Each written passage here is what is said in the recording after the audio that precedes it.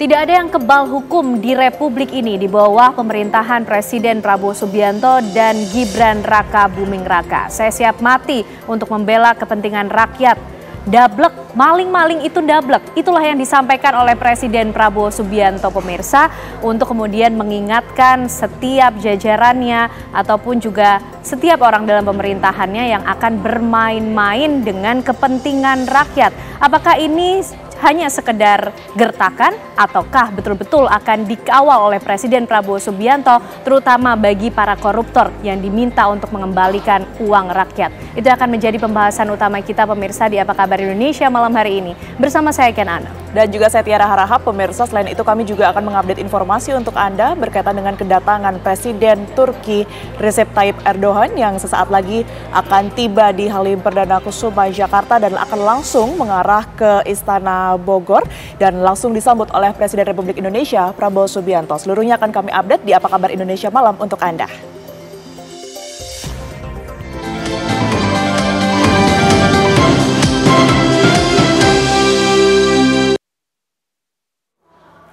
Korban penggusuran perumahan klaster Setia Mekar Residence 2, Tambun Selatan, Kabupaten Bekasi, Jawa Barat didampingi kuasa hukum mendatangi gedung DPR RI pada hari ini. Para korban penggusuran ini mengajukan audiensi dengan Komisi 2 DPR Republik Indonesia terkait dengan ketidakadilan yang dialami warga. Dengan membawa sejumlah dokumen pendukung, diantaranya sertifikat hak milik atau SHM yang sah, para korban ini berharap bisa mendapatkan lahannya kembali. Kuasa hukum korban penggusuran Dadan Paryana mengungkap awal perkara sengketa karena adanya ketidaksempurnaan pembayaran antara pihak pertama dan kedua yang mengakibatkan warga yang tidak berperkara terdampak penggusuran. Kuasa hukum korban juga rencananya akan mengajukan gugatan balik untuk mengembalikan hak warga.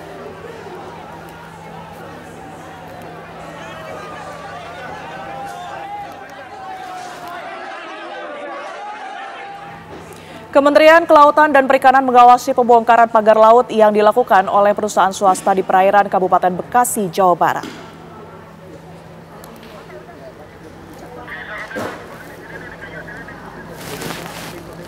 PT TRPN adalah perusahaan yang memasang pagar laut sepanjang 3,3 km di perairan Kabupaten Bekasi, Jawa Barat.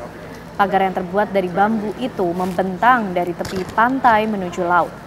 Para nelayan setempat mengaku hampir kehilangan mata pencaharian karena menurunnya tangkapan ikan sejak dibangunnya pagar laut pada pertengahan tahun 2024. Pembongkaran dilakukan atas inisiatif perusahaan untuk menaati regulasi dari pemerintah, di mana pagar laut melanggar pemanfaatan ruang laut yang tidak dilengkapi persetujuan kesesuaian kegiatan pemanfaatan ruang laut.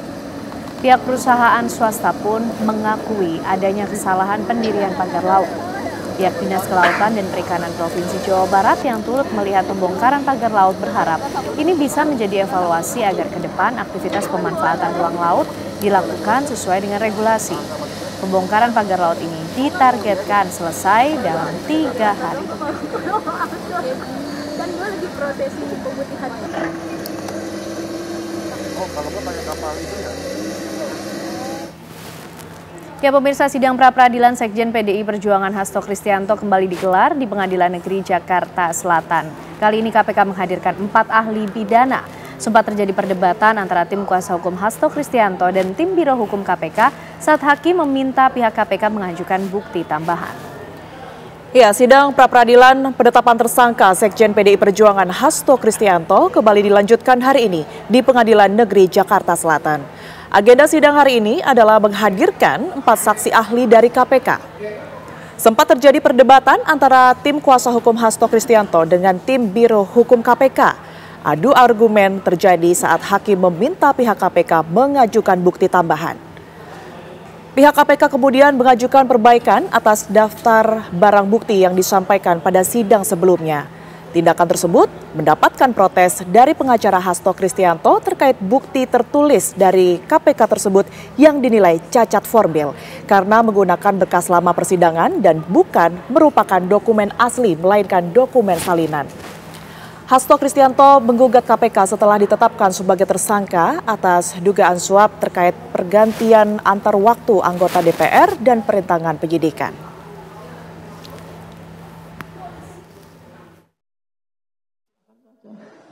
atas. Justru dari pihak kuasa pemohon kan biar melihat juga gitu loh. Mantan Wadireskrimsus Polda Sumatera Utara AKBP Denny Kurniawan dipecat atau diberhentikan tidak dengan hormat karena diduga memiliki orientasi seks menyimpang atau penyuka sesama jenis. Kabid Propam Polda Sumatera Utara, Kombes Bambang Tertianto membenarkan bahwa AKBP Denny Kurniawan atau DK dipecat dengan tidak hormat setelah melalui proses sidang etik profesi Polri karena dugaan penyimpangan seksual. AKBP DK sempat mengajukan banding atas pemecatan tersebut, namun banding tersebut ditolak sehingga AKBP DK tetap dipecat. Diketahui aturan larangan LGBT tertuang dalam Peraturan Kapolri Nomor 14 Tahun 2011 tentang Kode Etik Profesi Polri.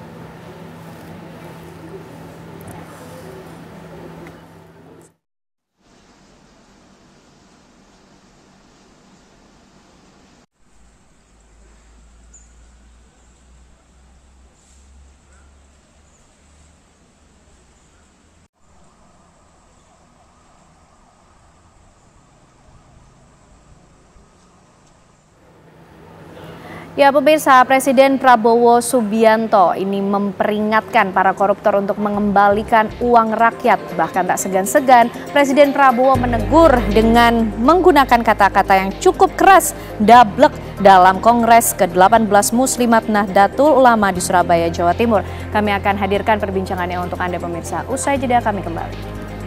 Pemirsa, Presiden Prabowo Subianto kembali mengultimatum koruptor untuk mengembalikan hasil korupsi yang telah merugikan negara. Presiden bahkan menyebut para maling uang negara dengan sebutan bandel dan dablek. Saya selalu mengajak kebaikan. Saya selalu mendekati dengan cara yang saya ingin kerukunan. Tapi kalau maling nggak usah diajak rukun.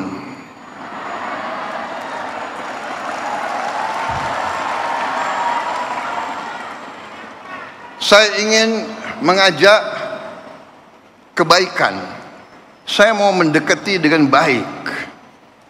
Ya, saya katakan sudah 100 hari.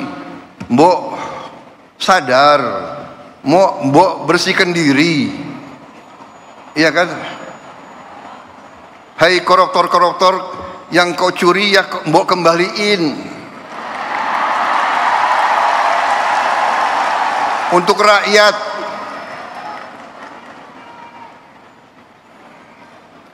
Kalau malu-malu nanti kita cari cara yang gak malu. Tapi mbok ya kembaliin. Saya tunggu 100 hari, 102 hari, 103 hari sudah. Ini 100 berapa hari ya? Apa boleh buat? Ya terpaksa lah. Jaksa Agung, Kapolri, BPKP, KPK,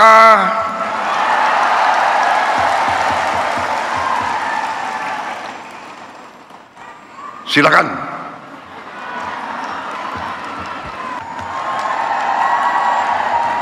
Saya melakukan penghematan.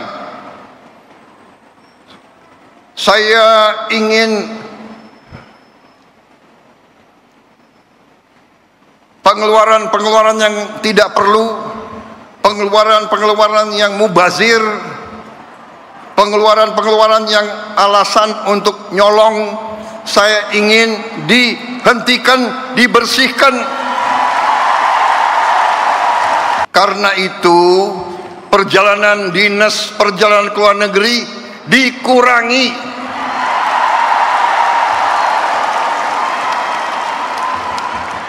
Kau boleh melawan Prabowo, tapi nanti kau lawan emak-emak itu semua itu.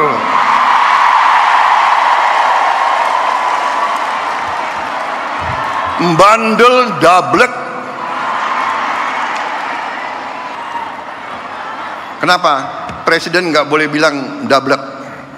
Dablek itu monyet-monyet, maling-maling itu dablek.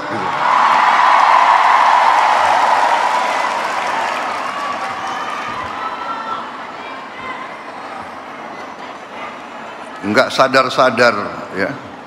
Tapi percayalah, kami tidak akan ragu-ragu membela kepentingan rakyat Indonesia. Kami tidak ragu-ragu. Ya pemirsa, kami juga akan hadirkan informasi lainnya untuk Anda di mana kericuhan saat sidang kasus pencemaran nama baik di Pengadilan Negeri Jakarta Utara memicu reaksi keras dari Mahkamah Agung. Ya, MA mengecam insiden tersebut dan memerintahkan Ketua Pengadilan Negeri Jakarta Utara untuk melaporkannya kepada aparat penegak hukum. Kericuan pecah saat sidang kasus dugaan pencemaran nama baik terhadap Hotman Paris dengan terdakwa Rasman Arif Nasution di Pengadilan Negeri Jakarta Utara pada 6 Februari lalu. Rasman meluapkan emosinya kepada Hotman Paris yang duduk di kursi saksi. Rasman protes keras terhadap keputusan majelis hakim yang memutuskan sidang digelar secara tertutup. Dalam sidang ini, Hotman Paris merupakan saksi korban atas dugaan pencemaran nama baik yang dilakukan Rasman. Menyusul insiden ini, Mahkamah Agung mengambil sikap dan mengecam kericuhan di ruang sidang sebagai tindakan yang tidak pantas. Mahkamah Agung selaku pelaksana kekuasaan kehakiman tertinggi yang dijamin konstitusi mengecam keras kegaduhan dan kericuhan yang terjadi di ruang persidangan Pengadilan Negeri Jakarta Utara karena tindakan tersebut merupakan perbuatan tidak pantas, tidak tertib, yang dapat dikategorikan merendahkan dan melecehkan marwah pengadilan atau contempt of court. 2. Mahkamah Agung tidak mentolerir siapapun pelakunya sehingga harus dimintai pertanggungjawaban menurut ketentuan hukum yang berlaku baik pidana ataupun etik. Apa kabar Indonesia Malam masih akan kami lanjutkan pemirsa usai kumandang azan maghrib untuk wilayah Jakarta dan sekitarnya. Selamat menjalankan ibadah sholat maghrib pemirsa bagi Anda yang berada di wilayah Jakarta dan sekitarnya. Dan sesaat lagi Anda dapat menyaksikan Breaking News TV One jelang kedatangan Presiden Turki Erdogan bersama dengan Sira Safira. Presiden Prabowo menegaskan tidak ada pihak yang kebal hukum dalam pemerintahannya. Hal ini disampaikan dalam sambutannya di Kongres ke-18 Muslimat Nahdlatul Ulama di Surabaya, Jawa Timur. Prabowo juga menggunakan ungkapan dablek untuk menggambarkan koruptor yang tidak sadar dengan kesalahan mereka. Ia berpesan kepada para koruptor untuk segera bertaubat dan mengembalikan harta yang dicuri. Dalam kesempatan itu, Prabowo menugaskan Kejaksaan Agung, Kepolisian, BPK, dan KPK untuk mengambil tindakan. Lantas, apakah perintah Presiden ini membuat para koruptor takut dan mengembalikan hasil korupsi mereka? Bagaimana tindak lanjut para penegak hukum dalam menjalankan perintah Presiden? Mungkinkah pidato Presiden hanya gertak semata tanpa aksi nyata? Saya selalu mengajak kebaikan. Saya selalu mendekati dengan cara yang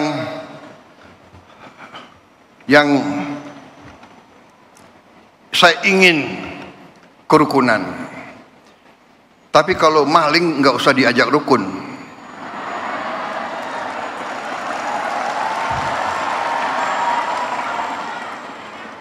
Saya ingin mengajak kebaikan. Saya mau mendekati dengan baik. Ya, saya katakan sudah 100 hari, Mbok sadar, Mbok bersihkan diri, iya kan? Hai koruptor-koruptor yang kau curi ya Mbok kembaliin. Untuk rakyat.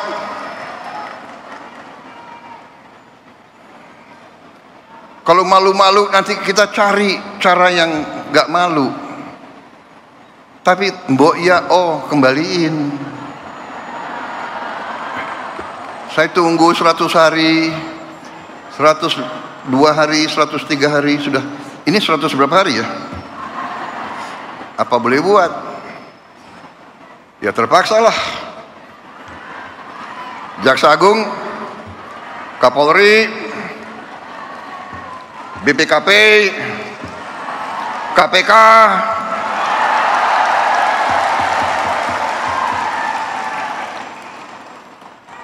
silakan.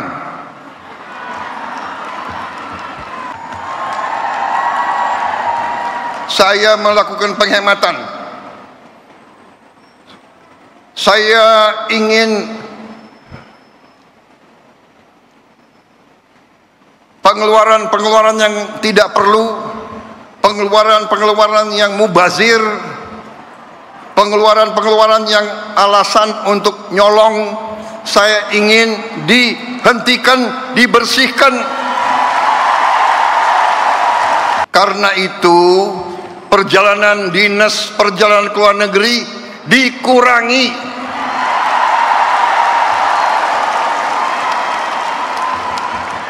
Kau boleh melawan Prabowo, tapi nanti kau lawan emak-emak itu semua itu.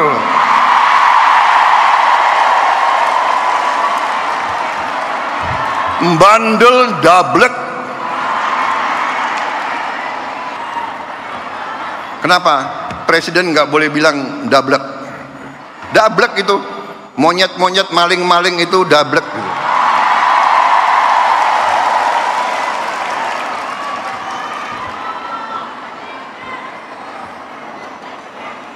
Nggak sadar-sadar, ya. Tapi percayalah, kami tidak akan ragu-ragu membela kepentingan rakyat Indonesia. Kami tidak ragu-ragu. Ya, kita sudah saksikan sendiri apa yang disampaikan oleh Presiden Prabowo Subianto di Kongres ke-18 dari Muslimat NU yang berlangsung kemarin, pemirsa. Cukup tegas dan cukup keras yang disampaikan Presiden Prabowo. Tidak ada yang kebal hukum di Republik ini di bawah pemerintahan Presiden Prabowo Subianto dan Gibran Rakabuming Raka. Bahkan juga ada diksi yang digunakan, bandel ataupun dablek untuk para koruptor yang seakan-akan tidak sadar-sadar untuk mengembalikan uang negara yang akan digunakan untuk kepentingan rakyat. Kita akan membahasnya malam hari ini bersama dengan para narasumber yang sudah hadir bersama saya di Apa Kabar Indonesia Malam. Tentunya ada Mas Andi Aswan, Waketum dari Prabowo Mania 08. Mas Andi, apa kabar? Selamat malam, sehat ya? Alhamdulillah, sehat-sehat. Alhamdulillah, dan juga bergabung bersama kita ada Mas Ari Junaidi, pakar komunikasi politik dari Universitas Indonesia. Mas Ari, terima kasih sudah hadir, selamat malam. Selamat malam, Mbak Gen. Dan tentunya ada Pak Saud Situmorang, Wakil Ketua KPK 2015 sampai 2019. Bang Saud Situmorang, apa kabar? Sehat? Baik, Mbak Gen. Sehat ya? Baik, Oke. Mungkin dari kita berempat yang hadir di sini yang paling tahu apa makna yang disampaikan oleh Presiden Prabowo Subianto, Mas Andi. Mas Andi, ini bukan kali pertama loh Pak Presiden mengingatkan para koruptor sampai kemudian dibilang bandel, dablek. Yang dimaksud apa sih? Jadi begini Mbak Ken ya, sejak beliau dilantik itu dia belum mengatakan bahwasanya kabinetnya harus bersih-bersih. Harus bebas dari namanya korupsi. Ya. Nah, kalau kita menafsirkan apa yang dikatakan bahwa itu monyet lah dan dablek, itu sudah rasa dari dirinya Pak Prabowo itu sangat, kekesalannya itu sudah sangat tinggi gitu. Okay. Karena ketika kita ketahui ya, coba ada 5 kasus besar itu 2024 itu ya mengenai korupsi itu. Paling besar itu ada 300 triliun kasus timah itu. Berapa didapat divonis? Hanya berapa? 6 tahun 6 bulan. 300 triliun itu. Itu dia membuat Pak Prabowo itu merasa kesal sekali. Kenapa hukum kita seperti ini? Ya. Kenapa hukum kita ini hanya untuk orang-orang kecil? Kenapa tidak sama semuanya? Tidak rata semuanya. Dan ini kan beliau juga selalu mengatakan, wahai kabinetku, kita harus bersih-bersih. Ya. Kalau kamu tidak bersih, maka rakyat bisa membersihkan kita semua. Betul. Ini adalah tanggung jawab besar beliau. Dan kita ketahui bahwa di Astacita beliau juga salah satunya ada pemberantasan korupsi itu. Makanya sekarang itu bagaimana beliau itu menegaskan, I'm a president. Saya ini presiden. Kalau kamu masih korupsi, masih begitu, ayo hati-hati, akan dihajar sama penegak-penegak hukum. Okay. Di situ ada KPK, di situ ada Kejaksaan Agung, di situ ada kepolisian. Jadi biar bagaimanapun kita ketahuilah beliau ini adalah seorang yang sangat mencintai rakyatnya, sangat mencintai rakyatnya dan tidak mau lihat lagi yang namanya korupsi yang menghisap darah rakyat seperti itu. Baik Mas Andi. Bang Saud, ini Presiden kalau menurut Mas Andi tadi kekesalannya sudah sangat tinggi terhadap para koruptor. Sampai-sampai Pak Presiden juga sudah memerintahkan salah satunya KPK untuk ikut menindak para koruptor ini yang tidak segera sadar mengembalikan uang rakyat. Nah, kalau Bang Saud melihatnya seperti apa? Ya, paling pertama kan beliau yang paling dapat banyak informasi dong. Ya. Ya, kita paling informasi kita yang sumber terbuka kan. Seorang presiden dengan segala macam sumber informasi, banyak yang detail-detail yang kita nggak tahu sama sekali, yang ternyata kalau bahasanya orang Medan nih jahanam kali rupanya di bawah ini gitu ya kan. Ya kan? Ya, itu kan bisa aja presiden mendapat itu. Jadi kekesalan itu cukup tinggi. Dan ini menunjukkan itu satu. Kedua ini kan menunjukkan sustainability-nya beliau. Dari hari pertama diumumkan di KPU, saya beberapa kali bilang, dia bukan hanya pakai kata mengurangi, menghapus kata yang refleks dari dirinya, menghapus korupsi, kata-katanya begitu. Dan itu sustain sampai hari ini, terus konsisten menyampaikan itu. Nah, orang kan memang banyak khawatir tentang statement menginspirasi itu, yang dalam bahasa presidensi seseorang dia harus menginspirasi orang untuk kemudian berhenti, itu pasti kita pahami. Tapi kemudian ketika itu tidak jalan di bawah, konteksnya kan selalu korupsi itu pencegahan dan penindakan gitu. Ini kan baru deliver message nih, mencegah nih ya. Ya memang nanti udah saatnya kepada penindakan yang lebih cepat, yang kemudian lebih berefek jera gitu. Sehingga statement atau message yang disampaikan oleh kepala negara untuk kemudian membersihkan negaranya sebagaimana banyak dilakukan beberapa pemimpin sebelumnya di negara lain, statementnya seperti ini. Dan kemudian indeks persepsi korupsinya naik karena ada penindakannya. Yang tadinya dia 40 naik ke 50 gitu ya. Kita sekarang hari ini naik ya dari 34 ke 37 indeks persepsi korupsi kita. Walaupun ada beberapa penurunan dari poin-poin itu, ini menunjukkan bahwa menginspirasi orang itu menjadi penting. Tapi yang lebih penting lagi adalah bagaimana itu kemudian diimplementasikan untuk kemudian ada variabel-variabel yang dalam bahasa, kalau bahasa akademik itu ada novelty-nya gitu. Ada sesuatu yang wah memang ini membuat oh iya memang beda gitu. Jadi artinya memang dari yang 10 tahun sebelumnya dari sisi statement juga beda sih. Yang tahun sebelumnya itu paling kan dia ya 1-2 bulan pertama habis itu nggak pernah ngomong kayak begini gitu. Kalau Pak Prabowo ini kan terus konsisten. Ya itu mengingatkan kita meskipun gitu. Masih 100 hari lebih lah ya. Ya kan kan masih terus ya. Ya jadi artinya itu kita berharap ya harus terus begitu menginspirasi dengan subsequently diteruskan dengan penindakan gitu. Baik. Mas Ari, kita sudah bisa melihat bukti konsistensi seorang Presiden Prabowo Subianto untuk betul-betul menghapus korupsi dari Republik Indonesia ini? Ya, kalau saya melihat bahwa apa yang diucapkan oleh Pak Prabowo ini sarkasme politik yang paling luar biasa. Menyebut kata goblok, menyebut kata binatang, dablek gitu ya. Nah, ini harusnya diikuti dengan tindakan nyata. Tetapi saya melihat ada arah yang positif ke sana. Penetapan status tersangka Dirjen Anggaran Kementerian Keuangan yang selama ini dianggap tidak tersentuh, sekarang tersentuh. Itu yang dimaksud tidak ada yang kebal hukum? Tidak ada kebal hukum. Nah, tetapi harus diteruskan komitmen ini bahwa pisau tidak boleh tajam ke bawah, tetapi letoy atau tumpul ke atas. Oleh karena itu harusnya pernyataan Pak Prabowo ini harus ditindaklanjuti oleh aparatnya. Tapi apa yang kita lihat, bahwa aparatnya pun juga masih belum seirama dengan Pak Prabowo. Kita bisa lihat gitu ya, kasus pembunuhan anak dari pemilik Prodia itu masih bisa dicincai gitu ya. Bagaimana kita bisa melihat kasus-kasus besar lain? Oleh karena itu, ini merupakan statement keras gitu ya dari Pak Prabowo, mengingatkan kepada jajarannya untuk bertindak sama dengan Pak Prabowo. Ini yang kita harapkan. Sudah cukup membuat takut belum sih untuk jajaran di bawah Pak Prabowo Subianto dan juga Gibran Raka Buming Raka ini untuk tidak main-main, untuk tidak mengambil uang rakyat dengan gertakan-gertakan yang sangat keras yang sudah disampaikan Presiden? Harusnya ini merupakan tindakan keras ya, ucapan keras gitu ya, stadium 4 gitu ya. Kalau kita seblak itu udah level 9. Harusnya diikuti dan ditakuti gitu ya, pernyataan dari seorang presiden. Dan presiden punya kekuatan yang full power gitu ya, untuk menindak aparatnya. Dan seharusnya aparatnya juga malu melihat kenyataan seperti ini. Jadi ini pesannya tidak hanya sifatnya sekedar gertakan saja, Mas Ari. Sudah sejauh ini kan dari awal nampaknya Pak Presiden Prabowo cukup tegas menyinggung mengenai bagaimana komitmen beliau untuk bisa betul-betul menghilangkan korupsi begitu, memberikan warning yang jelas kepada para koruptor itu. Yang pertama kita lihat kasus pagar laut yang selama ini adem gitu ya. Ternyata di bawah Pak Prabowo bisa tuntas masalah pagar. Walaupun di antara kementerian saling berbeda pendapat. Tetapi kita butuh ketegasan dari Pak Prabowo untuk mengatasi karut-marutnya dunia hukum kita ini.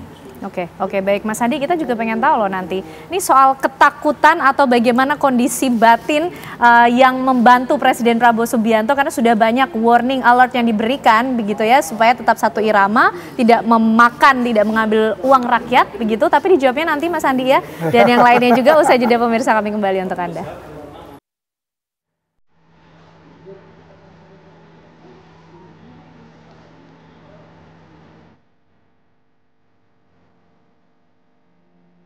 yang disampaikan oleh Presiden Republik Indonesia Prabowo Subianto. Saya katakan sudah 100 hari, mbok sadar, mbok bersihkan diri.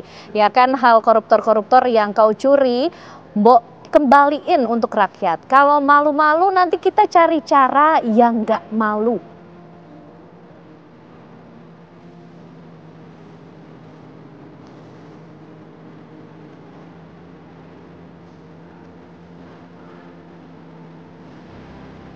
Nah, inilah pemirsa yang disampaikan tentunya beberapa catatan-catatan penting, teguran-teguran sangat tegas yang disampaikan oleh Presiden Prabowo Subianto kepada para koruptor yang diminta untuk segera sadar.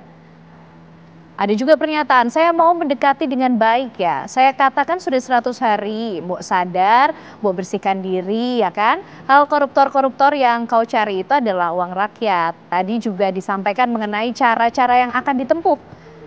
Dan kalaupun koruptor lari ke Antartika, aku kirim pasukan khusus untuk nyari mereka di Antartika. Ini yang disampaikan pada 31 Agustus 2024 di Rapimnas Gerindra. Setidaknya ada 2 peristiwa yang berhasil kita tangkap di mana Presiden Prabowo Subianto kembali mengingatkan para koruptor untuk sadar dan mengembalikan apa yang menjadi hak rakyat, Mas Andi. Mungkinkah ini hanya akan menjadi gertakan semata atau betul-betul menjadi suatu aksi nyata? Begini, Pak Prabowo itu adalah seorang militer, seorang kesatria, dan sangat mencintai rakyatnya. Kalau yang tadi pertama itu kan itu soft approachment. Ya. Yang keduanya itu ya sudah hard approachment. Oke. Artinya begini, mbok ya, ini kan ke bahasa Jawa, bahasa halus gitu. Coba kamu kembalikan. Tapi itu juga tidak akan menghilangkan aspek dari pidananya karena kan korupsi. Oke. Itu tidak bisa lah ya. Tapi mungkin ya ada pembicaraan-pembicaraan karena willingness dia untuk mengembalikan itu. Ya. Tapi yang jelas beliau ini sangat menegakkan korupsi itu. Artinya harus diberantas. Bayangkan ya, kenapa pemangkasan anggaran itu beliau tuh sampai secara detail sampai tingkatan yang ke-9. Tingkatan ke-9 itu yang sudah berinci. Nanti si A pergi kemana, si B pergi kemana, kayak begitu. Itu detail, 44 triliun untuk perjalanan dinas, ATK 44 triliun. Ini banyak sumber dari korupsi itu banyak. Kalau dalam internal ya birokrasi ini, kementerian dan sebagainya. Maka kan selalu diwanti-wanti beliau, ya kan? Kalau kalian tidak bisa membersihkan diri ya nanti rakyat akan membersihkan dan saya lah sebagai presiden akan membersihkan Anda. Kan begitu. Nah, sadarlah untuk itu ya bahwasanya ini presiden kita ini merupakan presiden yang selalu dan mementingkan rakyat, apa yang dia katakan, apa yang dia ucapkan adalah janjinya. Jadi peringatan ini sudah hard level. Nextnya akan apa? Akan ada peringatan di atas hard level lagi atau sudah aksi? Kalau saya katakan ini sudah hard level, tinggal tindakan actionnya. Oke. Ya. Jadi ini kalau ibarat SP udah terakhir banget nih Mas. Ya ini sudah mau masuk udah SP3, udah masuk SP3. Kalau SP3-nya ini ya sudah sikat aja. Oke. Jadi akan menjadi aksi nyata ya. Kita bisa gini, tidak boleh ada namanya ya hanky-panky dengan koruptor. Oke. Siapapun itu. Secara tegas Pak Prabowo sudah mengatakan itu, maka semua jajarannya baik kementerian, birokrasi dan sebagainya ya harus ikuti aturan beliau. Oke, baik. Mas Hari, sudah 100 hari. Lebih. Itu lebih ya. Itu yang disampaikan Pak Prabowo. Artinya itu tadi, ini sudah peringatan terakhir ya. Ini nanti berikutnya akan saya tindak betul ya. Itukah yang disampaikan Pak Prabowo? Ya ini hanya sebatas narasi kata-kata ya. Tapi kita sebagai publik gitu ya, sebagai bagian dari publik masih belum melihat tindakan yang lebih keras lagi. Boleh lah itu dikatakanlah SP3 gitu. Tapi kapan dikeluarkan oknum-oknum yang dikatakan bermain hanky-panky misalkan. Oleh karena itu sekali lagi pidato adalah pidato. Apakah retorikanya semacam retorika? Tapi rakyat menunggu. Kasihan nih rakyat kita, apalagi pegawai-pegawai yang sekarang ini dirumahkan gitu ya. Butuh ketegasan seorang pemimpin. Jangan hanya sikat di bawahnya, tapi juga di atasnya yang harus disikat. Maksud saya saat ini kita mengalami masa kesulitan. Kawan-kawan saya dirumahkan di RRI, di TVRI gitu ya. Belum lagi usaha-usaha yang lain, IO, penyelenggara, hotel. Nah, memang saya setuju soal langkah penghematan. Tetapi juga harus dilihat juga gitu ya. Yang terkena itu adalah sektor bawahnya. Tetapi saya melihat sektor atasnya. kementerian masih mengangkat staf khusus yang kita bisa lihat kredibilitasnya. Artinya gini Mas Ari, kalau kita lihat dari level of communication-nya, apa yang disampaikan atau pidato retorika yang disampaikan oleh Presiden Prabowo, gaungnya atau efeknya sampai sejauh ini sudah sampai mana sih ketakutan yang ditimbulkan untuk para jajarannya atau di bawahnya ini? Ini sebuah proses komunikasi politik gitu ya, yang masih hanya pada tataran pidato. Perlu tindakan nyata, langkah nyata. Nah kita harus tunggu nih, apa yang langkah selanjutnya dari Pak Prabowo. Tidak hanya sekedar SP1, SP2, SP3, tetapi langsung pemutusan hubungan kerja misalkan. Baik. Kalau sudah bicara soal tindakan nyata, apalagi tadi sudah disebut KPK nih, Bang Saud. Kalau tadi kan juga Pak Prabowo bilang, kalau malu kita tempuh cara-cara yang nggak bikin malu deh. Dan KPK juga salah satu yang ditugaskan. Nah apa kemudian skema yang bisa didorong atau ditawarkan untuk membuat pidato ini tidak hanya sekedar retorika, tapi betul-betul menjadi aksi nyata? Ya, yang paling penting kan pesan ini ditujukan kan saya sebut tadi di bawah ini ya kan. Di bawah itu kan mulai dari kementerian ke bawah gitu. Kalau kita mau sedikit kreatif, dijajarin semua kementerian yang ada sekarang, sebenarnya kata-kata itu ditujukan kepada kementerian mana atau menteri mana gitu. Langsung disebut saja. Oh iya dong. Iya kan? Nggak mungkin juga buat Mas Ari dan saya. Jadi nextnya harus kayak gitu mungkin ya, langsung di-mention. Ya kan, nggak mungkin kita berempat di sini gitu. Tapi itu kan nggak mungkin dilakukan itu karena apa? Kalau kita bicara korupsi, due process of law-nya harus jalan, ya nggak? Ya dong, nggak boleh korupsi itu begitu-gitu aja. Itu ada due process of law itu ya mulai dari penyelidikan, penyidikan, penuntutan sampai mengembalikan uang gitu kan. Untuk seorang presiden itu udah including sebenarnya, dia udah paham di situ gitu. Tetapi kalau kita bicara yang saat ini disampaikan itu, katakanlah itu adalah style, strategi, sistem, cara-caranya beliau gitu ya, untuk memberantas korupsi, itu kita masih bisa terima gitu. Artinya yang paling penting adalah what is the value that you want to create. Nilai apa yang mau diciptakan. Yang nilai yang mau diciptakan oleh presiden adalah tentu kepastian hukum, ya kan, keadilan, dan kemudian kemanfaatannya. Iya dong, kita khawatir juga nanti statement ini tidak adil, tidak bermanfaat. Jadi ada orang-orang tertentu yang diambil, ya tidak bermanfaat secara keseluruhan, dan kepastian hukum.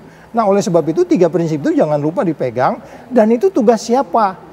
Deliver the message dari presiden ini di bawah ini harus dijabarkan. Dalam bahasa intelijen itu disebutnya itu elemen essential information. Presiden tuh batuk aja di bawah harus jabarin gitu loh. Nggak mesti dibuat detail-detailnya gimana sih kan gitu ya kan. Dia batuk aja kita udah tahu nih bapak nih. Udah sampai kayak begini nggak bisa lu jabarin lagi kan. Lo gimana lo jadi orang? Kelewatan namanya berarti ya Bang Saud kamu itu. Iya. Nah tapi apa yang kemudian bisa dilakukan juga oleh KPK mengimplementasi apa yang menjadi perintah presiden? Ini kan jadi seperti apa ya? Diharapkan KPK betul-betul juga bisa melakukan peran dan fungsinya untuk membantu presiden menghapus atau membersihkan Indonesia dari korupsi ini, Bang Saud? Iya, kalau kita kembali kepada 3 institusi baik kepolisian dan kejaksaan dan spesialisasi KPK, utamanya KPK gitu kan, memang harus kita harapkan. Kalau saya sih kalau mau keren, Pak Presiden bikin perpu kembaliin undang-undang KPK. Baru dia bisa full speed tuh ngejar terus gitu ya, kayak gua dulu dah gitu kan. Pasti setuju ya. Kalau memang itu kan bikin perpu aja, kalau dibahas-bahas lagi kemana tuh gedung kura-kura itu repot lagi nanti kita kan. Jadi itu mungkin salah satu yang perlu kita sarankan kepada Pak Presiden. Habis dari dia bicara menginspirasi strategi, style yang berbeda dengan presiden yang pernah ada ya. Coba deh hitung presiden yang pernah nggak di hari-hari hidupnya tuh menyampaikan message anti korupsi seperti ini. Gitu. Coba nanti kita cek ke Mas Andi juga ya, karena Mas Andi yang tahu juga. Jadi maksud saya gini, jadi itu artinya ini kita harus ikuti dengan langkah berikutnya. Tetapi kalau kembali ke KPK tadi, yang paling keren adalah presiden bikin perpu, gua kembaliin lo, gua nggak bawa-bawain lo lagi, pokoknya lo independen aja. Tapi dia bisa juga melakukan sesuai undang-undang terbaru, bisa juga umpamanya melakukan dialog karena dia bagian dari pemerintah. Tapi kalau mereka mungkin independen, karena pemberantasan korupsi ini kan as a method of building confidence measure gitu, membangun kepercayaan tuh kayak seperti apa gitu. Nah itu yang kita harapkan ke depan. Sehingga KPK tetap menjadi yang semula misinya dia koordinasi, supervisi, monitoring, pencegahan, penindakan. Karena sekarang ini kan yang focal pointnya dia agak nggak jelas nih. Ya focal pointnya ya siapa yang jadi koordinator, supervisi. Kalau ada case-case yang kayak tadi itu yang berapa 300 triliun cuma dikasih 6 bulan gitu. Itu bisa. Ya kan 3 tahun ya Pak ya. Nah jadi mungkin itu Mbak. Baik kita nanti kita akan cari tahu juga strategi yang paling efektif kemudian untuk bisa meluluskan ataupun kemudian mensukseskan apa yang menjadi visi misi dari Presiden Prabowo Subianto untuk menghilangkan korupsi di Indonesia, pemirsa. Kami akan temukan jawabannya bersama dengan para narasumber tentunya untuk Anda sesaat lagi.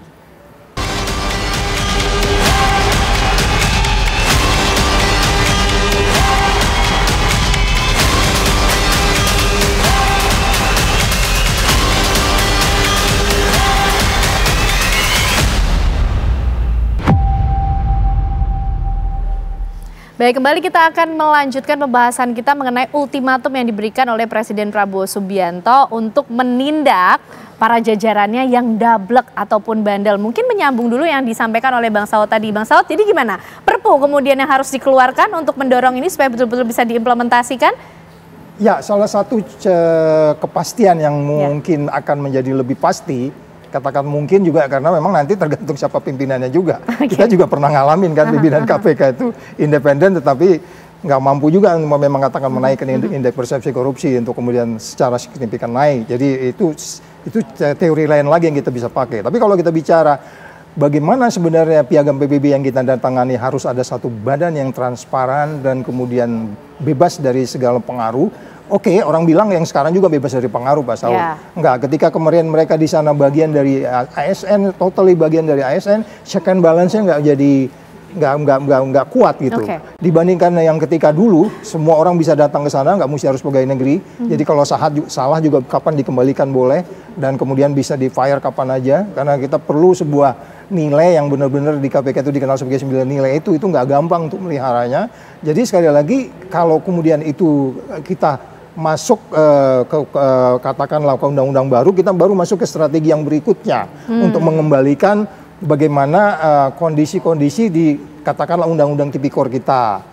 Ya kan saya tadi udah jelaskan, ada beberapa orang yang udah mulai ngaco nih cara berpikirnya logikal palasi benar nih tentang bagaimana undang-undang tindak pidana korupsi. Terus kemudian sulitnya kemudian kita mau perampasan aset. Karena ada sejumlah instrumen-instrumen piagam PBB yang udah kita tanda tangani, sebenarnya ketika direview kita tuh nggak berubah gitu loh. Termasuk perampasan aset, terus kemudian yang disebutnya sebagai bagaimana kewajiban-kewajiban internasional kita, artinya perjanjian kerjasama internasional dan seterusnya. Itu kan sesuatu yang masih belum kita selesaikan di dalam instrumen PBB itu. Dan itu menjadi terlupakan ketika kemudian KPK sepertinya tidak punya kewajiban untuk menjaga bagaimana kewajiban internasional kita di dalam kaitan piagam PBB yang sudah kita tanda tangani itu. Ini kita masih sibuk di domestik terus gitu.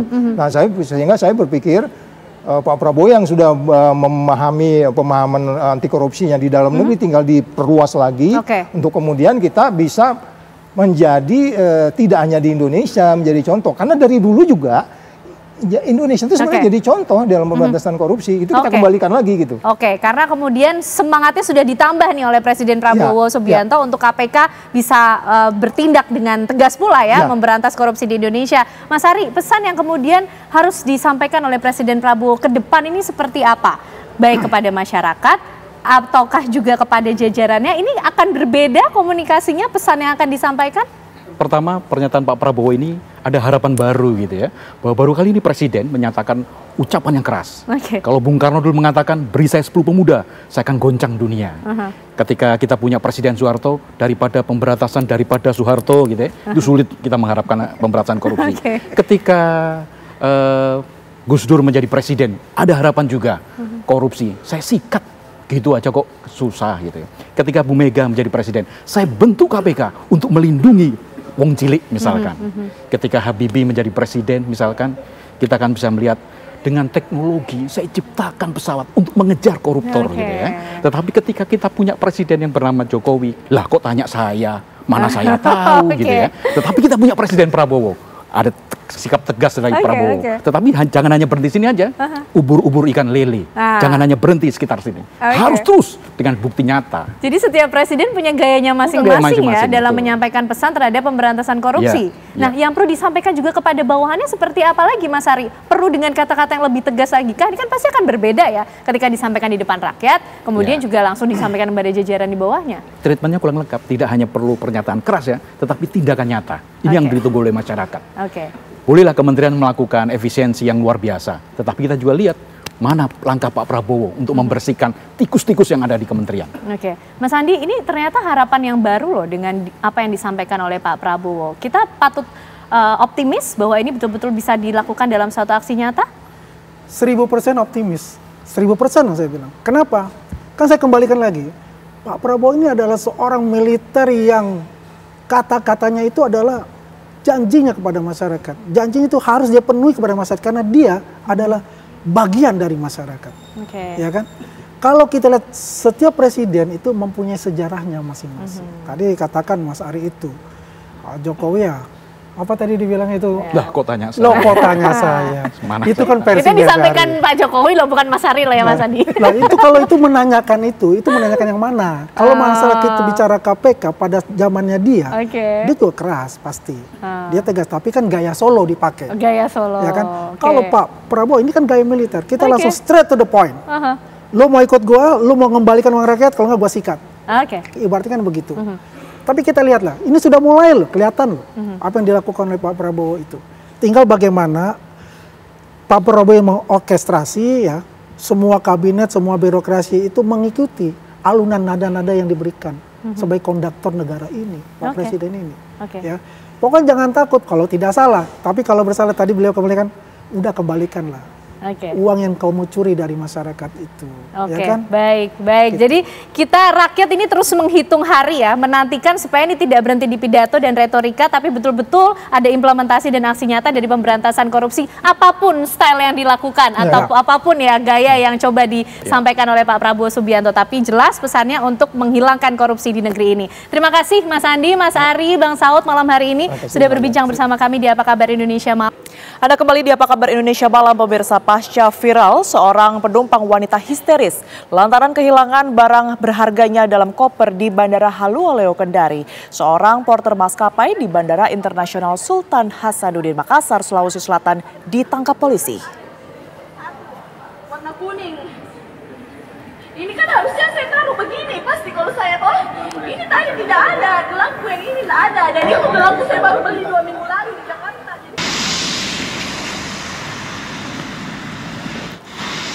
Usai seorang penumpang Lion Air histeris mengaku emas dan barang berharganya hilang saat memeriksa kopernya, pihak Bandara Haluoleo Kendari melakukan koordinasi dengan pihak Polsek kawasan Bandara Sultan Hasanuddin Kabupaten Maros untuk secara bersama-sama melakukan penyidikan. Hasilnya, anggota pun menangkap terduga pelaku yang diketahui adalah seorang pria berinisial IH berusia 26 tahun, yang merupakan porter di salah satu maskapai yang ditumpangi oleh korban. Dari hasil pengembangan, polisi juga memeriksa 3 orang saksi dan juga menyita barang bukti berupa kalung serta cincin emas milik korban. Hingga kini, polisi masih melakukan pengembangan lebih lanjut terkait kasus ini.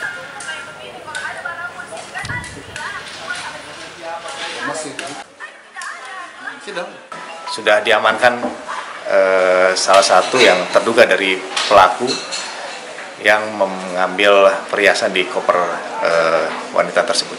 Dan artinya itu kejadian memang di Bandara Hasanuddin Makassar ya, Dan? Betul, jadi kejadiannya di Bandara Hasanuddin Makassar. Lembaga Perlindungan Saksi dan Korban atau LPSK resmi memberikan perlindungan terhadap 7 orang saksi dan korban dalam peristiwa penembakan bos rental mobil yang terjadi di res area kilometer 45 Tol Tangerang Merak.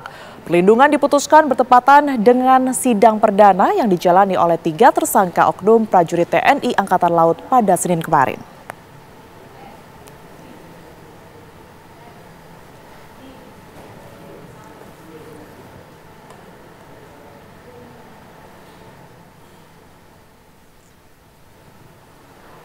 Wakil Ketua Lembaga Perlindungan Saksi dan Korban, Susila Ningtyas, mengungkapkan pihaknya telah resmi memberikan perlindungan yang diajukan oleh 7 orang pemohon dalam kasus penembakan bos rental mobil bernama Ilyas Abdurrahman yang terjadi di res area kilometer 45 Tol Tangerang Merak. 7 orang yang diberikan perlindungan oleh LPSK terdiri dari 4 orang saksi, 2 anggota keluarga korban, dan 1 korban luka saat aksi penembakan terjadi.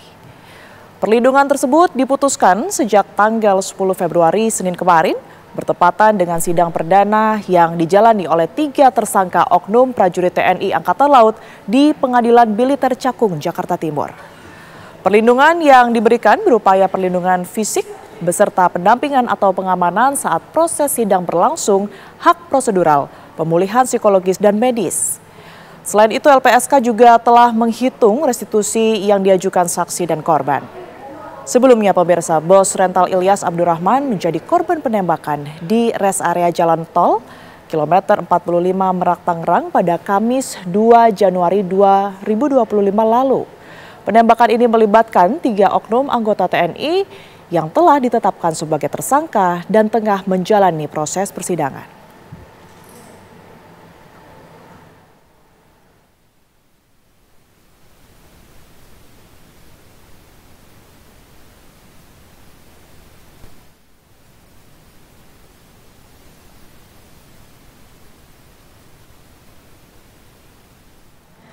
Satreskrim Polresta Tangerang berhasil menangkap 4 orang pelaku yang terkait dengan penembakan bos mobil rental di res area tol Tangerang Merak. Keempat pelaku kini sudah ditetapkan tersangka lantaran diduga kuat terlibat dalam penggelapan mobil rental milik korban.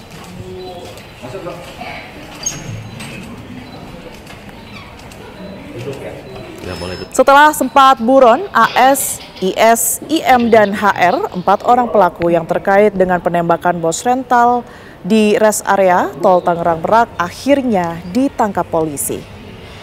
Keempat pelaku tersebut diamankan di beberapa lokasi berbeda di kawasan Pandeglang, Serang, dan juga Tangerang pada bulan Januari.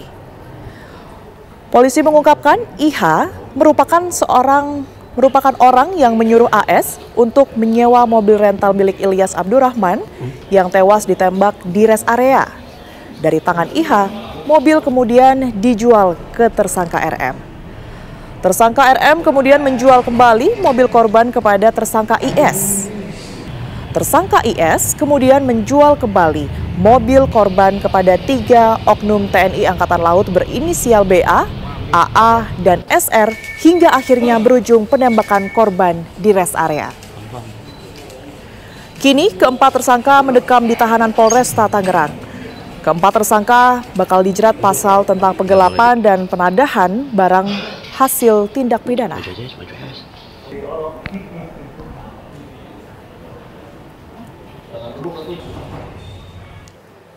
Insiden kecelakaan kerja terjadi di Kabupaten Blora, Jawa Tengah, pemirsa. Sebuah lift crane jatuh bebas dari ketinggian 12 meter.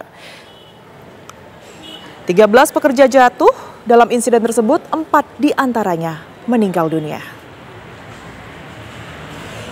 Insiden kecelakaan kerja yang terjadi di proyek Rumah Sakit PKU Muhammadiyah di Kabupaten Blora, Jawa Tengah terekam kamera amatir warga. Dalam rekaman gambar tersebut tampak sebuah lift crane yang mengangkut pekerja bangunan terjatuh dari ketinggian 12 meter. Akibat insiden ini, 4 orang pekerja meninggal dunia, sementara 9 orang lainnya mengalami luka patah tulang serius sehingga harus menjalani perawatan intensif.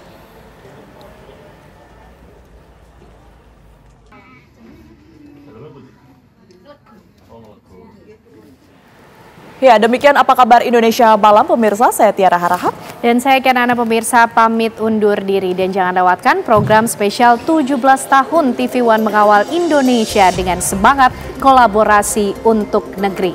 Ya, kami akan hadirkan, pemirsa, doa bersama untuk negeri, dialog kebangsaan, dan damai Indonesiaku spesial hari ulang tahun TV One mulai dari tanggal 14 hingga 16 Februari 2025. Ya, akhir kata kami pamit, pemirsa. Terima kasih. Dan sesaat lagi Anda dapat menyaksikan program Catatan Demokrasi bersama dengan Andromeda Merkuri dan Maria Asegaf. Terima kasih, pemirsa. Selamat malam. Sampai jumpa.